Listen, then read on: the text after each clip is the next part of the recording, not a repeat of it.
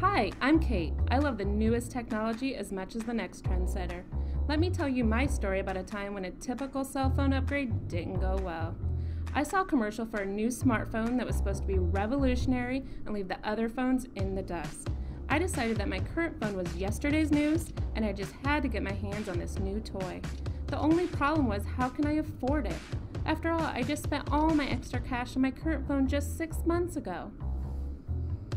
That night, I was hanging with the girls, and one of them told me to sell my current phone online because it's not that old and I should get top dollar for it. So I did. I listed the phone online and it sold right away. A few minutes later, the funds were in my PayPal account. Rock on. The next morning, I drove to the post office to mail it out. The clerk asked, "Would you like a tracking number or delivery confirmation for this? Only costs a little bit extra." It didn't take much time to say no. I mean, that's more money out of my purse. A girl has her priorities, and tracking a package to a buyer is not one of them. When I got home, I used the money in my PayPal account to buy a new phone. All I had to do was wait for it to arrive. All was going well until I received a call from PayPal a week later. Hi, this is Chris calling from PayPal. I'm calling about a recent transaction of yours regarding a phone that you sold about a week ago. I'm calling to see if you had the opportunity to go ahead and ship that. Looks like it sold a week ago and the buyer says they haven't received it yet. Of course I did. I shipped it the next morning. Perfect. Do you have a tracking number so that I can see where the phone was delivered to? Oh no, I didn't get a tracking number. Kate, I'm sorry to hear that. In order to qualify for PayPal seller protection, to be protected from claims where the buyer states they didn't receive the item or merchandise, you must meet the following requirements. First and most important, the transaction details must indicate the transaction is eligible for seller protection, which I see that it is.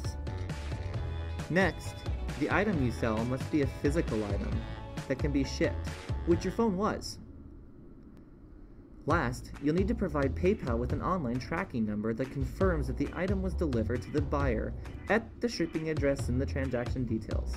And if the transaction is over $750, then you will need to provide us with a signature confirmation. That is where we're missing. Because PayPal isn't an active participant in selling, shipping, or delivering the merchandise, we rely on this shipping information not only to ensure the buyer receives the item, but also to protect you from any frivolous and fraudulently filed claims.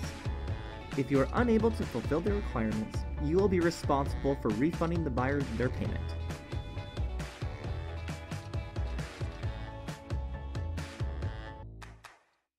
Let me tell you, I didn't make that mistake again. To make up for the money lost on my phone, I decided to sell more items online, and now every time I go to ship the item, I remember what the guy from PayPal said. Look to see if the transaction is eligible for seller protection in the transaction's details. Sell tangible goods if I want to maintain a chance to be covered. Ship to the shipping address that is in the transaction details page. Obtain an online tracking number. And on items over $750, be sure to request a signature confirmation.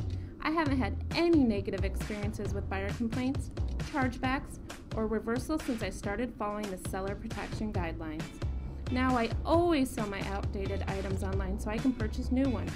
And as long as I have seller protection, by obtaining a tracking number or delivery confirmation, I have no problems.